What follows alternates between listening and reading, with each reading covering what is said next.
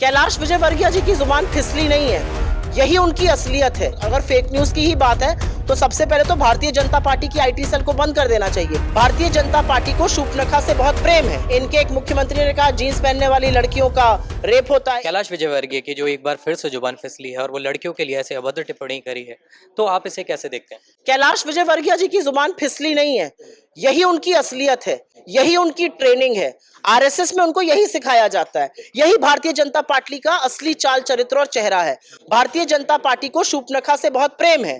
प्रधानमंत्री मोदी ने भी सदन में शूर्पणखा कहा था हमारी एक सांसद को। इनके एक मुख्यमंत्री ने कहा जीन्स पहनने वाली लड़कियों का रेप होता है। एक ने कहा श्रेडेड जीन्स पहनती है वो लड़कियां चरित्रहीन होती हैं।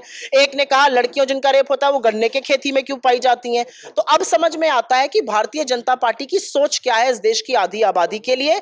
और यह भी समझ में आता है कि कुलदीप सिंह सेंगर या चिन्मय आनंद या अंकिता ठाकुर का हत्यारा, ये सब लोगों का भाजपा से संबंध क्यों है और इस पर भाजपा की महिला नेत्रियां चुप क्यों है। ये सवाल मैं नहीं पूछ रही हूं, ये सवाल विपक्ष नहीं पूछ रहा है, ये सवाल आज इस देश की आधी आबादी पूछ रही है। जी मैडम, वहीं डिजिटल मीडिया प्लेटफॉर्म्स पर जो अक्सर चर्चाओं में रहते हैं और ऐसी न्यूज़ भी चलाते हुए आए हैं जो एक्सक्लूसिव भी होती हैं, उन पर अंकुश लगाया जा रहा है, तो कहीं ना कहीं ये आवाज़ दबाना ही हुआ क्या, या ये सरकार सच से बौखला गई है, ये सरकार घबरा गई है, ये सरकार विस्मित है कि इस समय समूचा देश ये सवाल क्यों पूछ रहा है कि नरेंद्र मोदी और उनकी सरकार अडानी को बचाने पर क्यों उतारू है।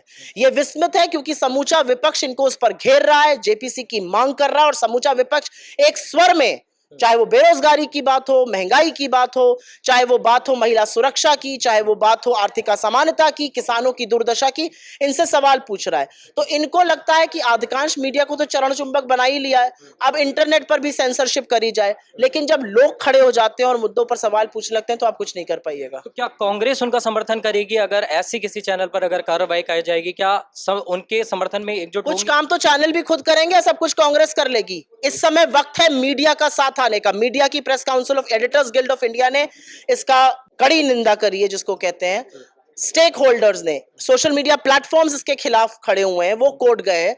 तो ये सरकार को क्या जल्दी है ये करने की? आप कौन होते हैं ये डिसाइड करने वाले कि क्या चीज सरकार के खिलाफ कही जाएगी वो फेक है कि नहीं? आपने कहा था आधार बच्चों के लिए फेक न्यूज है, आपने कहा था 45 साल की बेरोजगारी फेक न्यूज है, आपने कहा था गलवान के क्लैशेस फेक न्यूज है, वो सब सच साबित हुआ।